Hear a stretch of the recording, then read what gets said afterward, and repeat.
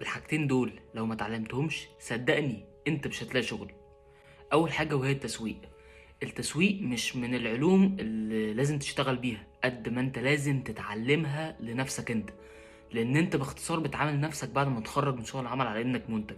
فلما تعامل نفسك على انك منتج، فانت بالتالي ده هيخليك تحلل نفسك قصاد المنافسين اللي هم الناس اللي بيشتغلوا حواليك في سوق العمل واللي اتخرجوا زيك.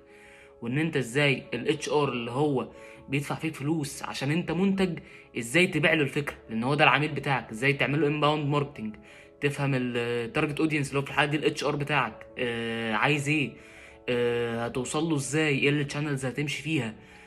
كل دي حاجات وفي حاجات اكتر منها كمان لو اتعلمتها في علم التسويق صدقني هتفرق معاك جدا، مع ان انت هتساعدك ازاي تبيع افكارك. وتاني واهم حاجه اللي بقت مطلوبه في كل شركه في كل بنك في كل مؤسسه في اغلب المنح، وهي الانجليزي لو فاتك صدقني مش هتعرف تعوضه تاني. ومتنسوش تعملوا لنا فولو عشان في فيديوهات كتير قويه جايه في الطريق ان شاء الله.